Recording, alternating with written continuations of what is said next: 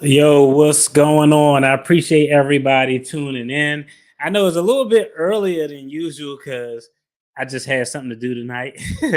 Yo, I'm gonna be on a live tonight around 8 to 8:30, somewhere in that time frame, over on the homie channel Lisa J Stock. So I probably put a link in this video, but I don't know. I might not do it before it starts. So whatever, I'll share that stream or something so y'all can get over there. But me and Sis gonna talk finances, and she's a dope up and coming content creator. So y'all definitely go check it out. Okay, this is one of these fun topics where we get to talk about something that's going on in the culture. That's kind of a trending story, but as always, there's some finances. There's a financial nexus tied to it. We're going to break it down. If you're new to the channel, I'm Marcus. You're at the channel, The Debt Free Dad, where we're talking finances, financial takes, current events, attorney reactions, all of that good stuff. I'm a licensed attorney, but I'm not your attorney. So this isn't legal or financial advice. Just letting y'all know, hey, giving y'all my opinion and takes, let y'all know what we got cracking over here. Hey, what's going on, sis? I appreciate you tuning in. Thanks for tuning in. So we're gonna dive in and talk about it. Now, first of all, everything has to deal with money. So as soon as I saw this article, I was like, man, child custody.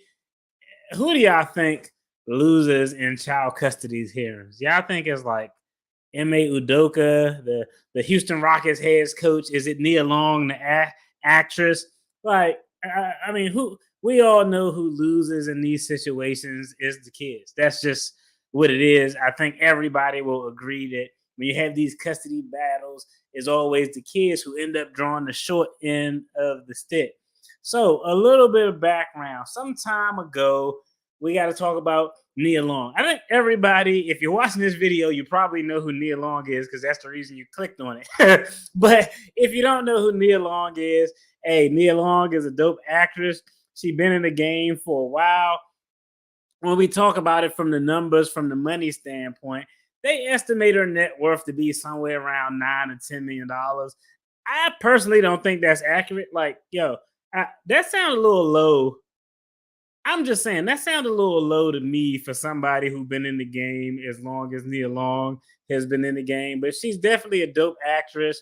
I actually checked out her IMDb, IDBM, whatever it is, whatever it is that they call it. But see, hey, 2023, You People Missing. I never seen You People. I don't even like the name of that movie, but I did see Missing on Netflix when it came on Netflix. It was pretty dope. Of course, The Best Man. Like, hey, yeah, she has definitely an ultra black playlist of movies, but she's a dope actress. They say her net worth is 9 or 10 million. I probably think is a little bit higher than that, but we just gotta report the numbers as they give them to us. So she's been in a relationship with Ime Udoka, and they've been together for I think 15 years. They have an 11-year-old son. They've been engaged for damn near forever. It's crazy. Like the length of the engagement is actually kind of wow. Like that's gonna be an ending moral of the story. Like, yo, engagement shouldn't last this long. But Ime Udoka is a head coach in the NBA. He really came up under Greg Popovich and the San Antonio Spurs back when they was winning all those championships. Last year, he made headlines. I actually did a story on it because the Boston Celtics, hey, he was a dope head coach. He took them to the finals. I think they got the ass whipped, but he took them to the finals.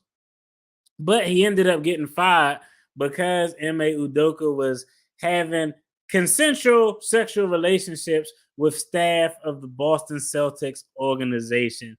And in business culture, that's frowned upon, especially if you're like in a position of power, because there's an imbalance of power. You want to avoid any potential Me Too type of thing. So, what did the Boston Celtics do? They suspended him indefinitely. They ended up releasing him to bring on a coach who had a past of domestic violence, but that's a whole nother story. That's a whole nother story. But they ended up releasing him. He was out of work for a minute, but hey, y'all know how it is. Your talent trumps whatever your vice may be. Like 85% of the time. 15% of the time, I don't care how talented you are. See R. Kelly, like, nah, they coming for you. But a lot of times your talent can trump any mistakes that you've made. Ime Udoka is a dope coach. He's a young coach. You could coach until you're like 80. So he's a very young coach. I want to say he's in his mid to late 40s or something like that. But the Houston Rockets signed Ime Udoka to a deal. Now, because hey, this is a child custody hearing, but it's some I think it's some money going on and a little bit of cappage, a little bit of cappage going on Nia Long part. But just from the money standpoint, they estimate Ime Udoka's net worth is about $13 million. Again, I think is more. He signed a over $28 million deal to coach the Houston Rockets. He essentially getting about $7 million a year between now and 2026 to coach the team. So this dude has a bag. He has a great income. And hey, he been getting that NBA head coach, assistant coach money for a long ass time. Now, this is why I thought this article was interesting. Let me go ahead and pull it up because the headline just kind of jumped out at me, and I was like, that that doesn't sound right. But let's go ahead and pull up the article. That's his deal right there. Yeah, that's a crazy deal. Yeah, he got 28.5 million. I knew it was somewhere around that. But Nia Long files for full custody of their son amid claims ex Ime Udoka has failed to provide support. Has failed to provide support. Now we all know what a custody hearing is. We all know how this came up. Like, hey, y'all engaged, y'all been engaged probably too damn long, but y'all was engaged. Ime Udoka got caught with his big toe in the water over there. He lost his job. Things got rocky at home, as you know they would in anybody's household. But this is a little wild. Like, I gotta break out the cap on this one. Ime Udoka has failed to provide support. Yeah. Do y'all think that this is a true statement, or y'all think it's a little cappage going on? I think it's a little cappage going on, hence the reason for the blue cap that I got on. But let's just put this in the context. They've been together for 15 years. They have an 11-year-old son. I don't know about y'all. This dude been in the coaching game for a minute, but I highly doubt. This is just me talking from an objective standpoint here, just looking at it with my basic attorney eyes. I just basic eyes as a person with a brain. I seriously doubt that she would have stuck around with this guy for 11 years. That their son's 11, so 15 plus years. If this dude wasn't a provider, I just can't see that happening. That would be crazy. Like, he was not providing all these years, but he just recently stopped. Like, nah. And now you can't tolerate it. It just makes zero sense. She put the caps up. Yeah, I concur. I think there's a little bit of cappage going on. So the next question was, well, DFD, why was she cap about this? Let's take a pivot into the family law arena. Now, I was never a family law attorney, thank God, because those people crazy as hell. Give me criminals. Give me alleged criminals. I would much rather deal with them. They're a lot easier to work with and to deal with. But I was in child support court, so I had a little bit of the nexus into the family law realm. But let's just think about it. What is the one thing that you aren't entitled to when you're engaged for 15 years, which is crazy. Like, ladies, I'm just giving y'all a general rule. 15 years is a long time to be engaged. Like, I probably would advise, if it were my daughter, I'd be like, you don't want this engagement to go too long. That's getting a little wild. But when you are engaged, you know what you're not entitled to? Alimony. When you are engaged, you're not married, you are not entitled to alimony. Now, interestingly enough, California is also, I wish I would. Yeah, like at year 4, like their son is 11. So the first 4 years they were together, I don't know when the engagement got brought up, but like I feel like years 1 through 4 is more than enough time to be like, hey, let's get engaged and let's jump the broom, do whatever it is that our cultures recognize as a wedding. But yeah, I think year 1 through 4 was enough. But yeah, the remaining, years 5 through 15, that's just wow. That's just wow. Somebody probably is a little bit of advice that could go on both sides here. Because she's not a spouse, she's not entitled to alimony. So just me personally on the outside looking in, I'm thinking that she's applying for full custody so that she can get the child support. A lot of times with child support, how the custody is determined has a big impact on child support. If it's 50-50, that could reduce some of the child support. Nia Long is, hey, she's not broke as well. So they both are pretty affluent people who's making money. I don't know if she's making Coach Udoka money, but she's making some money as well. So I personally think that this full custody play is so that she can secure the bag because she's been engaged for far too damn long. And because she's not a wife, she's not entitled to alimony. Now, here's where it gets interesting because California, one, is not a common law marriage state. So no arguments, anything around a common law. But California does, in some instances, authorize palimony. I know, I just shook my head because this shouldn't even be a thing. If you don't know, palimony is when you've been dating someone for a long time and the court finds justification that one spouse may be entitled to financial support. Now, I did some background because I was like, one, palimony is the stupidest thing in the world, in my opinion. But in 1973, a Supreme Court decision in California, which doesn't surprise me, authorized people to file claims for palimony. So even though you aren't married, what's going on, Lisa? I just gave everybody a heads up that me and you gonna do a little collab later, right? But yeah, even though you aren't married, California allows for palimony. So like ever since 1973. So that it's been around longer than DFD. Okay.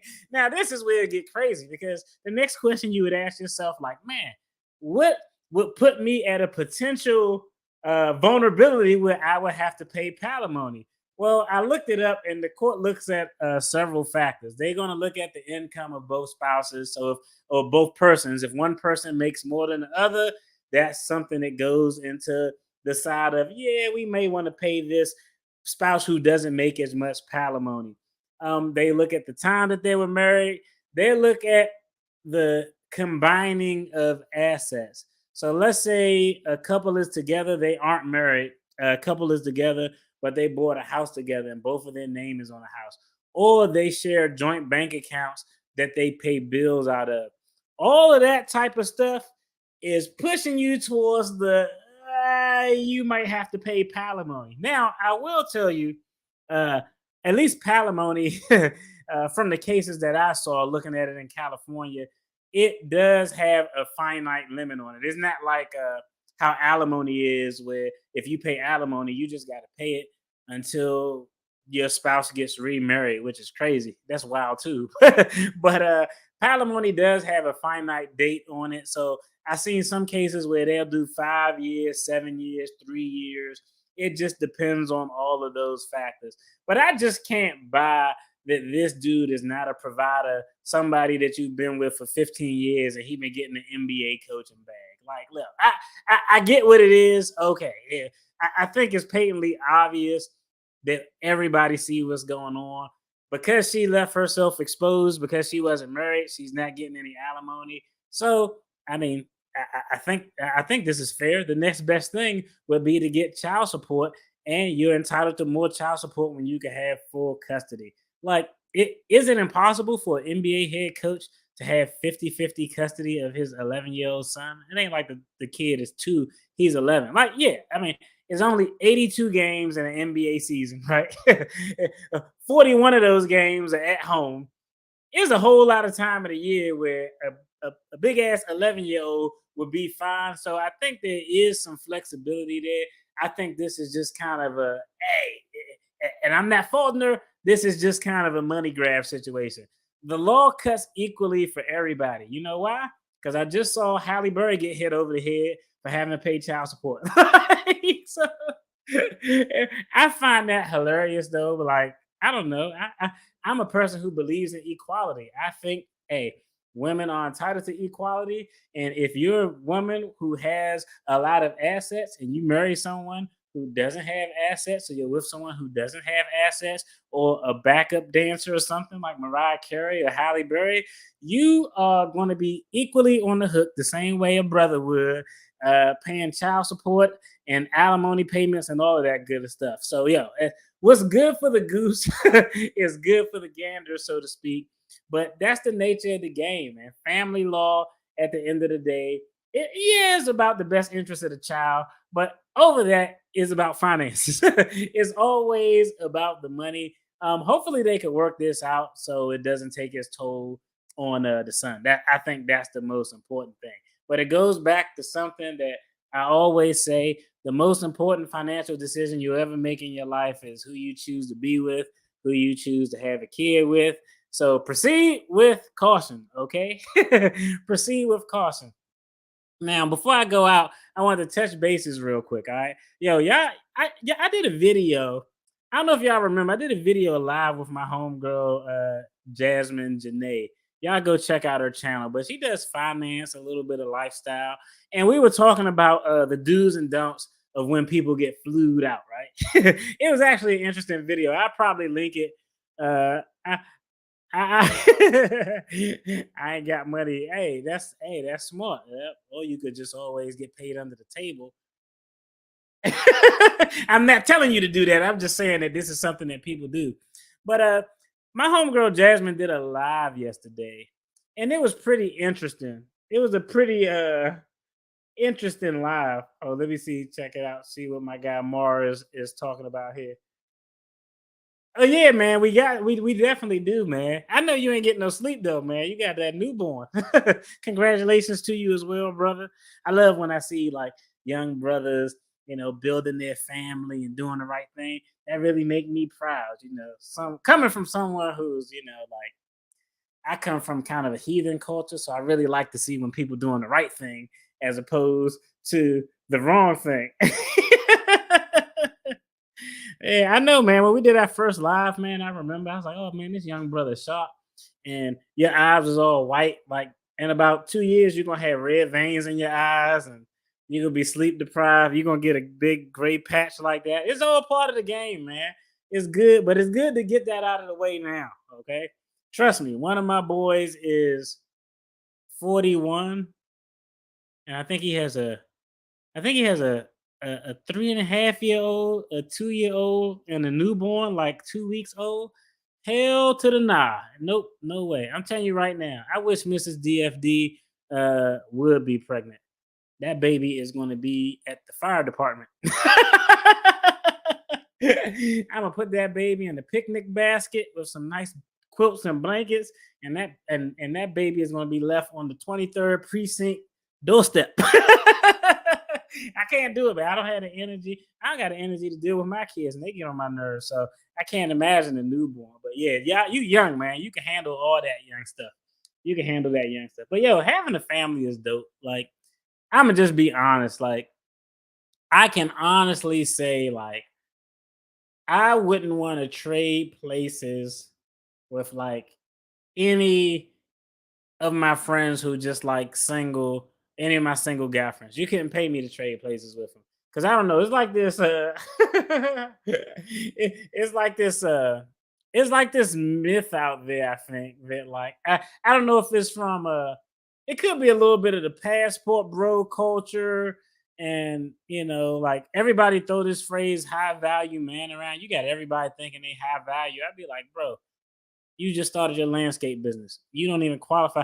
There's a whole bunch of stuff in high value outside of the money. But I feel like this passport bro culture and everybody red pill, blue pill, every other video I see on YouTube is like some guy who's like, I don't know, maybe 22 talking to a group of women about relationships. It's just like the blind leading the blind. And so I think there's this myth out there that people assume that people who are older and single are just living this grand life of partying it up and like going out all these dates and having these wild sescapades, and that's not what it is. Trust me. I got friends who's single. None of that shit they describe sound. None of that stuff is not 10 o'clock yet. None of that stuff they describe sound like a good time at all. So as for me, like yo, I don't know. I just can't even fathom or imagine like just being out in the dating realm. Like it just seems so hard. And I typically think it's harder the older you get.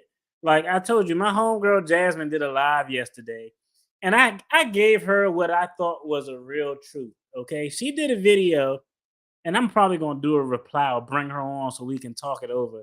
Because I wasn't trying to go for her, but it is what it is. It's a point. She did a video and she said something to the effect, I want to make sure I'm saying it right. She said, if I'm with a man and I need something, if he can't get it for me, why am I with him? Like, I feel like you should, she said, I feel like being with a man should upgrade my life or my situation or what have you. Which in general, I think that's a statement we all agree with. I don't want my daughter to marry somebody and her fucking life to be harder. Like, no, that's the whole point that people had arranged marriages back in the day. But she was talking about wanting to be spoiled. And I said, well, there's a difference between being a provider and spoiling your partner, okay? Because once I need to know your definition of your spoil or being spoiled. Because she was talking about an ex who bought her jewelry, and I was like, hey, I need to know: is it Tiffany's or is it Clary's? I don't know. I need to know. Did you get it from Zales? Did you get it from Tiffany's? All jewelry isn't created equal, right? So one, I needed to know the definition of spoil, but two, I think that it was important that you got to make a distinction between a man who's a provider and a person who is just spoiling somebody. Because trust me, I've seen a lot of cases of guys trying to spoil their women and give them everything that they want, even though they don't have it. And you know what happens? Hey, the repo man cometh. Like, so like being a provider has nothing to do with being spoiled. Being a provider for a man means that you have the ability to let your woman know the same way your woman should let you know and say, yo, I know you want this, but this isn't this is a want. This isn't something that we need. I don't have a problem with getting it, but we're gonna have to plan it out, or we just can't do it. I think that's something that's important. And the other comment I made to her, which I thought was fair, because she was like, all of my exes have spoiled me. And I thought this was a fair point. I'm gonna at her in this video too. But I thought this was a fair point. I said, well, if all of your exes spoiled you and they're exes and not husbands, maybe you should have a different metric that you choose to look at when you enter into a relationship with people. Okay, you got guys who spoiled you, but none of them ended up in a relationship that was marriage minded. So what's the point? And so she asked me exactly, provider versus leech. I agree with that completely. And that's the I don't know. I told her, I said, I think you just need to. I told her, I think you need to change your tone. So many people speak in relationships terms of singularity. If Why am I with you if my life isn't better? Like, it's not your life, it's our life. That's kind of how you got to think. And I think the same thing applied to, like, some people say like, oh, I- I'll submit to a man who can demonstrate that he is a provider or demonstrate these certain traits. And I was like, I don't know. Maybe this is just new. I think everybody, if you're in a relationship, you should show your best. They should show their best, and it is what it is. Because I think it's crazy. I think that's crazy. Like, I think that's crazy to say like, oh, I'm not gonna do things. I think it's crazy for a woman to say, I'm not gonna do things that I define as things that wives should do: cook, clean, all of that stuff until I'm married. I'm like, what? That don't make any sense. Okay, because my question would be, well, what do you think a husband should do? Protect and provide. Okay, so if we're on a date and you go out to the movies and some guy slap you on the ass, I'm gonna look at you and say, I can't protect you because that's a husbandly duty and I'm only a boyfriend. No, you'll never see that guy again. So we got to be realistic. I feel like people think of relationships in a singular form instead of two people, and I think that's just kind of the problem. Everybody worried about how it could benefit them as opposed to how it could benefit all parties involved. That being said, she did put me on the spot. She asked me, well, what would you tell your daughter? Right? And I thought this was fair because I know I my daughter 12, but I allude to these conversations with her in a manner that's appropriate for a 12-year-old. And when she get older, I'm gonna tell her the full hard truth. Hey, unfortunately, baby girl, you aren't your brother. Your brother, he could date and mess with thoughts until he in his 40s. If you want to get married or you want a certain type of lifestyle, you got to be more strategic about how you date. It is what it is. I didn't make the rules. All things aren't created equal. Because I think this is the thing. Everyone is talking about high value man and they only associate it with the money. I know Kevin Samuels kind of made that phrase popular, but he named 6 or 7 things that goes along with being a high value man outside of money. And of all the things he named, the money is the easiest thing for a person to change. Like you can do things to change their income. He named all these other traits about a person's character, their connections, their circle, their professional circle, how they're viewed amongst their peers. Nobody ever talk about that shit. They just only focus on the money. And so I told her this, and I think this is true. And this is the same thing I would tell my daughter. I was like, hey, if only looking at the economics of it, okay?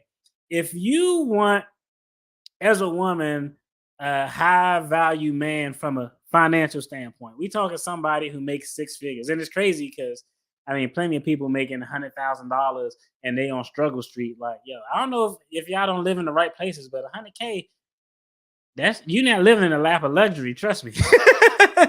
But I think this is a real bill, and I don't know, it may come off kind of harsh, but if a woman, and this is the advice I would tell my daughter, if you want to date a man or be with a man, marry a guy who's an economic success, who's a high earner, the highest chance, the best chance you get to get a guy who's a high earner is two options that are going to lead you to your best results.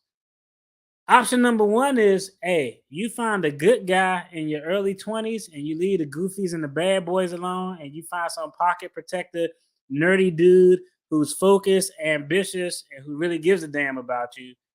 And you grow with him. That's the easiest way for it to happen. That's why you see the LeBron James of the world, or you see the big CEOs and they with their girlfriend from college or high school. You know why? Because they got with that person before they ascended to that economic status. That's option number one.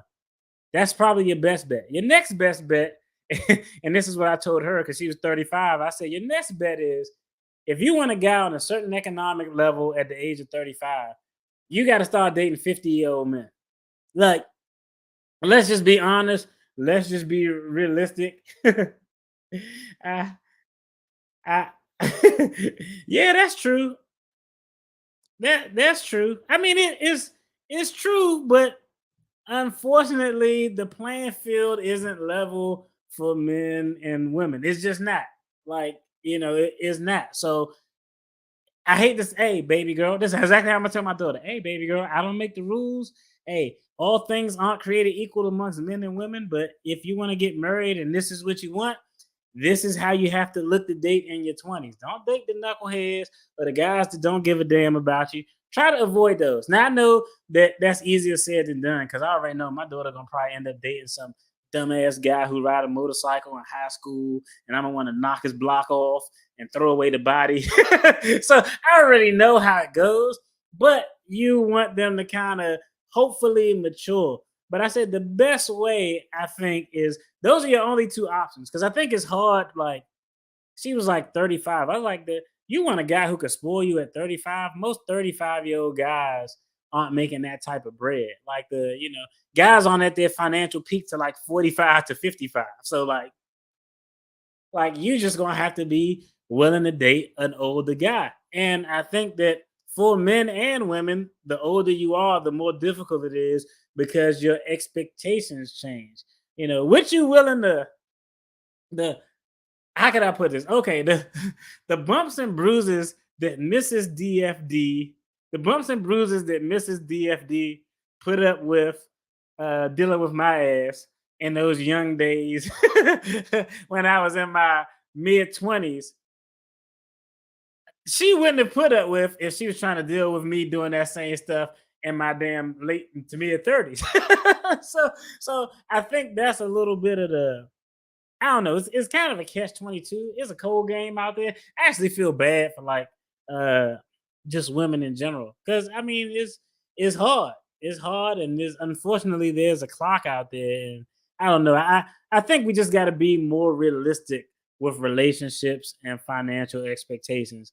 I think if we just kind of take off the stop thinking of it as improving your life, as in how can you benefit me, and just kind of look at it from a picture of what can we build together. I mean, that's just the name of the game. Stop falling for the smoke and mirrors because all these celebrities talking about hot girl summer and leaving their man, they all happy as hell. Cardi B ain't going nowhere. Beyonce ain't going nowhere. Like, don't listen to Glorilla telling y'all to be ratchet in y'all 20s because you got your 30s to settle down. Like, nah. But it's just a I don't know. It's a tough situation, but I really feel bad for like the vehicles that we're getting relationship advice out here. It's just bad. Literally every time I go on the internet, I see somebody giving like terrible relationship advice, which is crazy because I don't know what the hell I'm doing. Like I wake up every day and look over at my wife in the bed, and be like, okay, she's still here. Whew, all right, good. But the advice is just I don't know. The advice we got out there is crazy. Yeah, and it's all a learning process. And it doesn't mean that you can find, hey, I got a lot of friends, men, women who got married, were in great relationships, well into their 30s, into their 40s. Is all of that stuff is possible. We just gotta be realistic with just what expectations are. Everybody, it's like everybody looking for some type of a come up. Like, oh man, how could you benefit me? Well, what do you bring to the table? You know what? I got my own damn table. You take care of your table, I take care of my table, and if we work out, we all gonna just get a big ass table. Yeah, we all would just get a big ass table. So I think that's probably the best way to get it. But no, we don't know. I don't know. We don't know. I just asked my homeboy today. I was like, yo, because we was talking about this subject, and I was like, yo, has your parents like ever gave you advice? Your mother or father really ever sat you down and was like, yo, all right, this is how you should approach looking for a woman or how you should approach being a husband. Man, I nobody say that stuff. Like, nah, like no, nobody say anything like that. Like that's just not something. I don't know. I don't think that's realistic. I mean, it's probably more realistic now because I have these conversations with my son. Because my son, hey, I love him, but I'd be like, dude, take your heart up off your sleeve, man. I love him, but I'd be like, dude, take your heart up off your sleeve, man. You gotta at least put it up on your shoulder somewhere. You got it way down. It's too low on your sleeve. It shouldn't be by your hand. At least put it up here on your shoulder. Your heart right on your goddamn sleeve. But I think it's a thing where no, you're right. Nobody was ever taught how to do any of this stuff.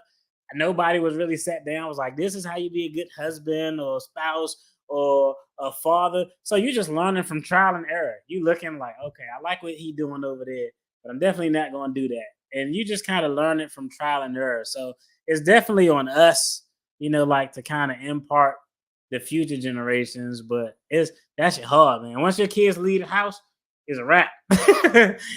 When they in the house and they're young, and you can put all that influence in them, that's cool. But once they leave the house, nah, it's just like stupidity is all around and you can hardly control it. But it is what it is. I just wanted to jump on here real quick. I need to get off so I could do the live with my homegirl Lisa. I'm gonna make sure I share the link on the channel as well. But yo, hey, before I go, right? Have you all ever heard of the Plutus Awards? Apparently, they're awards. I had no clue of it. They're awards for finance content creators, and somebody nominated me for best long form video. I don't know who did, but I appreciate you. I thank you all for people who watch it and support and like and comment and give thumbs up and thumbs down. But somebody nominated me for best long form videos. I was wild when I saw the email, and I was shocked and happy. I was shocked because I was really grateful, but I was happy because I was like, oh, y'all like my legal analysis and how I like to do some ratchet stories with a finance take. So I definitely appreciate it. I probably end up posting the link on my IG as well on the YouTube channel feed because it's a way you got to post it to have people vote for you or something like that. So I'll put it up, but I don't know who nominated me, but whoever nominated me for the long form content finance creator guy of the year, hey, I appreciate it. I'll put the link up because I think people got to go and vote. So if you're interested, you can go ahead and vote. I'm just happy y'all here checking me out.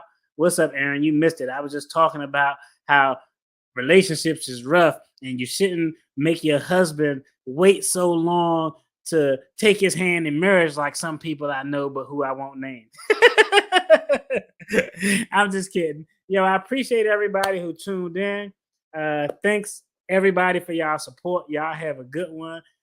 Be blessed. And tomorrow, I think I'm gonna jump on here and we're gonna have to talk about job interviews.